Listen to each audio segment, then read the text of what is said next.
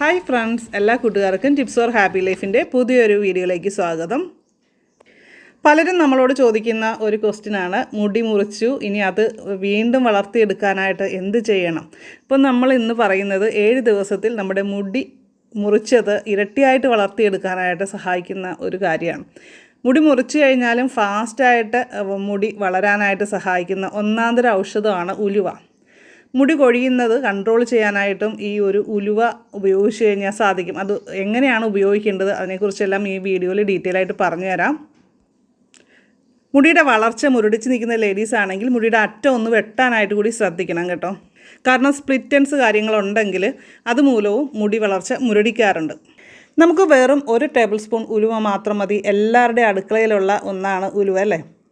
ഉലുവ നമുക്ക് ജസ്റ്റ് ഒന്ന് കഴുകിയെടുക്കാം കേട്ടോ.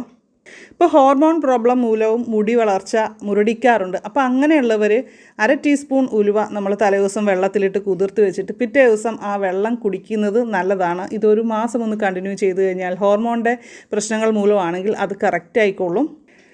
പിന്നീട് നമുക്ക് വേണ്ടത് 1 ടീസ്പൂൺ ഫ്ലാക്സ് സീഡാണ്. അപ്പോൾ ഫ്ലാക്സ് സീഡും അതുപോലെ ഉലുവയും കൂടി നമ്മൾ ഒരു ഗ്ലാസിൻ്റെ അകത്ത് കുറച്ച് വെള്ളത്തിൽ ഇട്ട് വെച്ചിട്ടുണ്ട്, ഒന്ന് കുതിരാനായിട്ടാണ്.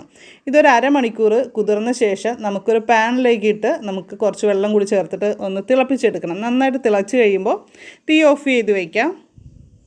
ഇത് നന്നായിട്ട് തണുത്തിട്ട് ഒരു ബോട്ടിലേക്ക് ഞാൻ ഒഴിച്ച് വയ്ക്കുകയാണ് ചെയ്യുന്നത്. ഇതെങ്ങനെയാണ് യൂസ് ചെയ്യേണ്ടതെന്ന് വെച്ചാൽ നമ്മൾ ഈ ഒരു ഹെയർ സിറം എന്ന് വേണമെങ്കിൽ നമുക്ക് പറയാം. ഇത് നമുക്ക് സ്കാൽപ്പിൽ മസാജ് ചെയ്യാനായിട്ട് ഉപയോഗിക്കാം. അതുപോലെ സ്പ്ലിറ്റൻസ് ഒക്കെ ഉള്ളവരാണെങ്കിൽ മുടിയുടെ അറ്റത്ത് കൂടി നന്നായിട്ടൊന്ന് മസാജ് ചെയ്ത് അപ്ലൈ ചെയ്ത് കൊടുക്കുക.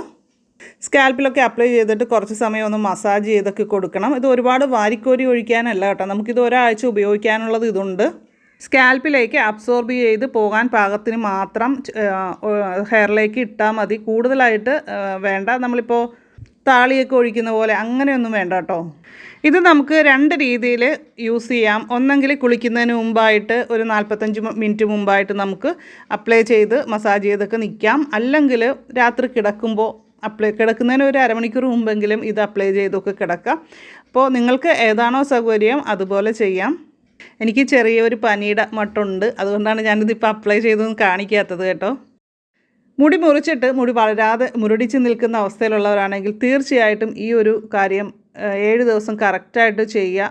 തീർച്ചയായിട്ടും മുടി വളരും. നല്ല എഫക്റ്റീവായിട്ട് ഒരുപാട് പേർക്ക് റിസൾട്ട് കിട്ടിയിട്ടുള്ള ഒരു കാര്യമാണിത്.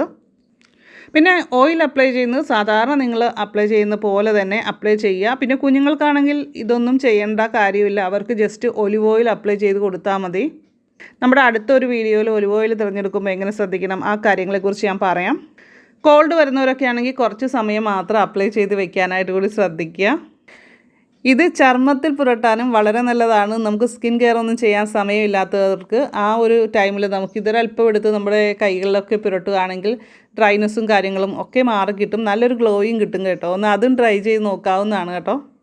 ഇതോടൊപ്പം വേറൊരു കാര്യം കൂടി, നമ്മൾ 7 ദിവസം സോപ്പിന് പകരം അല്ലെങ്കിൽ ഷാമ്പൂവിന് പകരം ഉപയോഗിക്കേണ്ടത് ചെമ്പരത്തി ഇലയും പൂവും ഒക്കെ കൂടി ഞെരടിയിട്ടുണ്ടാക്കുന്ന താളിയാണ് കൂടുതൽ നല്ലത് കേട്ടോ.